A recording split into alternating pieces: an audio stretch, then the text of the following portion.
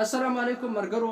دا نننۍ ویډیو چې کومه ده د سید ولی شاه او د نور احساس په باره کې ده او امید لرم چې زه کوشش به وکړم چې تاسو له معلومات هم هغه درکم کوم چې حقیقت موږ ته د هغې د ویډیوګانو نه ظاهر شوي دي. کیدای شي دې خبرو ته ستاسو سوچ نه وي راغلی.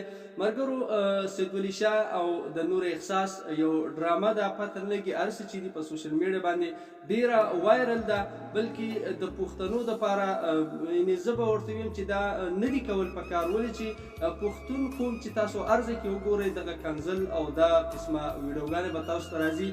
په دې ننني زمانه کې یعنې ننني وخت کې خلک چې کوم دی بهر نور خلکو ته چې موږ وګورو نو کم ځای ته ورسېدل. موږ پښتانه اوس هم چې دی نو یعنې ورځ ته ورځه نور په ښکته روان یو.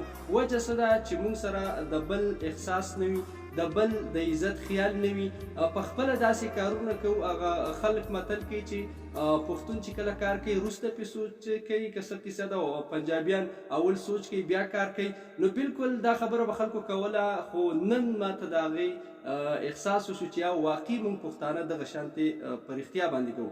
نو ملګرو، څه موده مخکې به تاسو د دې حقیقت هم داسې ماته ښکاري د نور احساس او اسماء اخلاص په باره کې به خلکو خبرې کولې.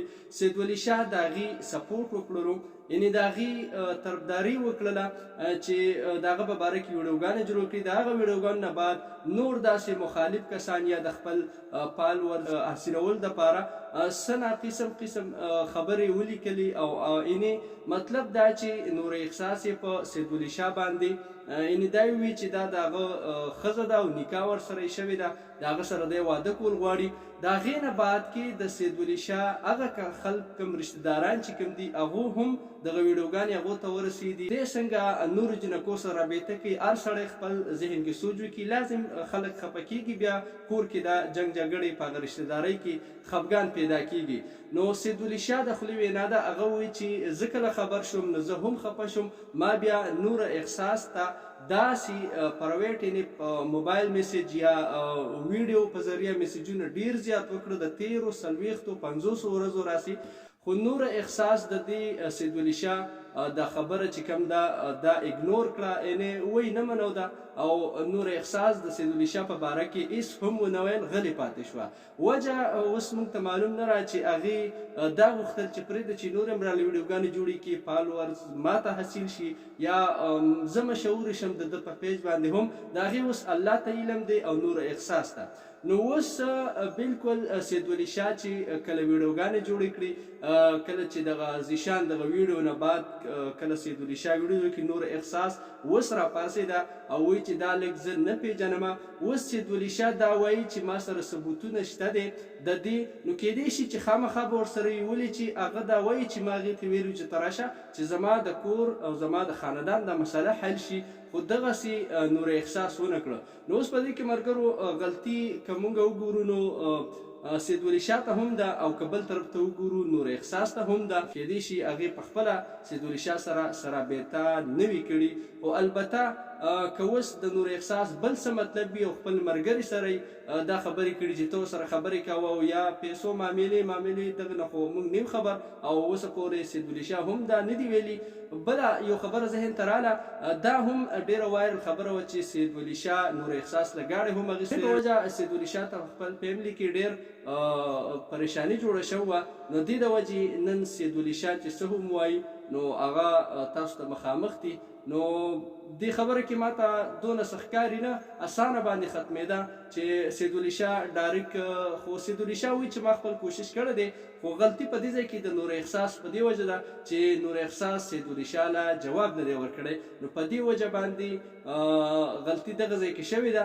نور زما په خیال چې د نور احساس سید ولی شاه په خپل منځ کې داسې قسم معامله یا رابطه زه وایم چې نه به وي، او کوي نو راتلونکي ویډیوګانې چې کومې سید ولی شاه به جوړوي نو کیدای شي چې په هغې کې وښایي. خو یو ټول پښتنو ته یو میسج لرمه چې ګرانو پښتنو، د ټول نه مخکې خاص کر مسافر ته وایم چې تاسو دلته محنت مزدوري کوئ، د خپلو بچو دپاره کوئ، د خپل عزت دپاره کوئ.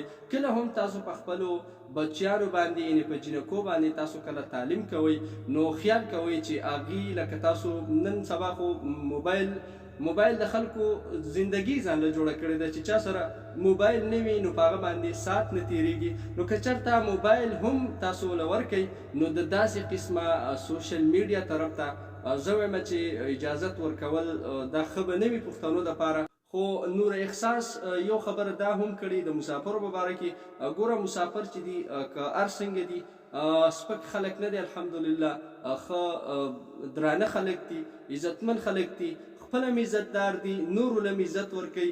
کله چې د پاکستان نه میلمه راشي دلته په پردي ملک کې په کومه طریقه چې دا مسافر د هغو میلمستیا کوي، که داسې نوره قسم څه مسله راشي، مثال به درکړم اسماء اخلاص چې کوم یعنې ویډیو جوړه کړي د چا غریب نه، نو دا مسافر هغې ته پیسې ولېږي د څه په وجه دا د هغې احسان وګڼي. که هر سوشل ورکر دی او هغه ویډیو جوړه کړي او مسافر د هغې په ویډیو باندې هغې ته پیسې ولېږي، صحیح شوه، هغه خلکو ته یې هغه ورسوي، ټیک ده، خو دغه سوشل ورکر دی د مسافرو عزت ساتي، عزت خیال دی کوي. ولې داسې ردو بدو باندې دا مسافر بیا خفه کیدی هم شي او خفه شوي به هم ډېر وي د نورو احساس نه، نو دا غلطي نوره احساس تاسو نه شوې ده. ولې چې مسافر چې دی نو تا یو کس ټارګټ کا، خو مسافر ټول مه یادوه. نو ګرانو دوستانو دا قصه هم ټوله دغه شانتې ده چې سیدولي شاه ته پته نه ده، نور احسان په دغه غلط فهمۍ کې دا اګنور کړی دی او اوس چې کوم دی نو مسله ستاسو مخامخ ده. اوس سیدولي شاه وایي چې موږ سره نور هم ثبوتونه دي، نو ګورو مخکې چې سیدولي شاه نور څه ثبوتونه ښایي.